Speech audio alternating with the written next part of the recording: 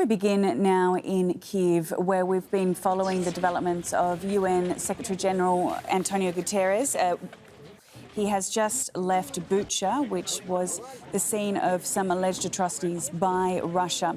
UN Secretary-General Antonio Guterres is visiting Ukraine after being in Moscow. Last hour, he was in Borodianka, near the capital, where he was speaking to residents amongst heavy security. And it appears there is still very much a high security presence around the UN Secretary.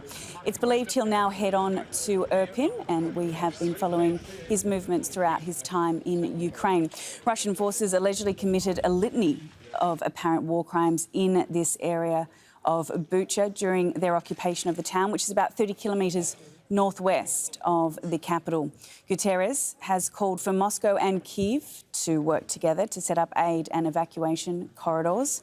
It's been more than 2 months since Russia's invasion of Ukraine, and it appears that the UN Secretary-General is now heading off to his next location. For more on his visit to Ukraine, let's bring in Hoda Abdel-Hamid, who joins us from Bucha on the phone. Hello there, Hamid. What's expected to happen at his next location? Well, we're actually in the convoy heading to Irpin.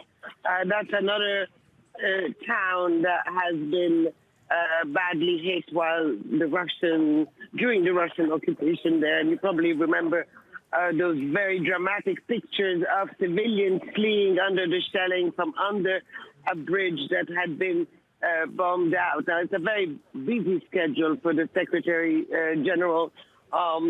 His stops here in Borodianka and Bucha were very brief. He saw the devastation for himself. He saw the burnt-out apartment blocks. He saw the houses flattened to the ground. And in Bucha, he went to the site where the mass grave was found. Now, in Borodianka, he did say that war in the 21st century was an absurdity. And then he went on a personal note saying that he could imagine his granddaughters living in one of those apartment blocks that were completely charred and reduced to a carcass, and imagining his granddaughters fleeing in a panic for safety under the shelling. So that was a very personal note from the Secretary-General. But the tough conversations are going to happen when he returns to Kyiv, where he's going to meet first with the Foreign Minister, Dmitry Kuleba, and then with President Zelenskyy himself. And top of the agenda is those humanitarian corridors that the Secretary-General has been calling for in coordination with the International Red Cross.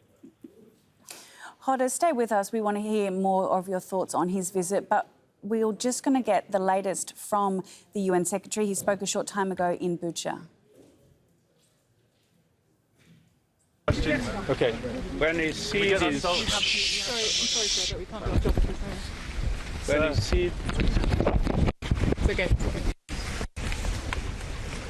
When we see this horrendous sight, it makes me feel how important it is, a thorough investigation and accountability. I am glad that the Supreme Court seized this situation, that the prosecutor's office was already here. I fully support the International Criminal Court, and I appeal to the Russian Federation to accept to cooperate with the International Criminal Court.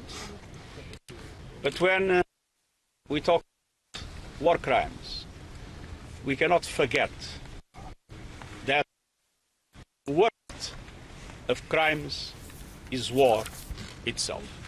Thank you very much. Your Excellency. OK, let's bring back Hoda Abdel-Hamid, who is following Guterres' visit.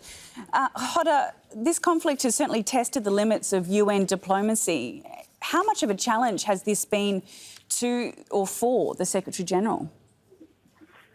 Well, certainly he has come under a lot of criticism. We are 2 months into the war, and he's just coming now to see for himself what has happened. And that is at the back of several high-level visits over the past few weeks, ever since these areas were freed. Now, Ukraine has expressed some disappointment, some frustration with what it saw like a lack of action from the UN. If you remember, at some point, President Zelenskyy was asking for Russia to be expelled from the Security Council, which is something that is very difficult for the Secretary-General to make happen.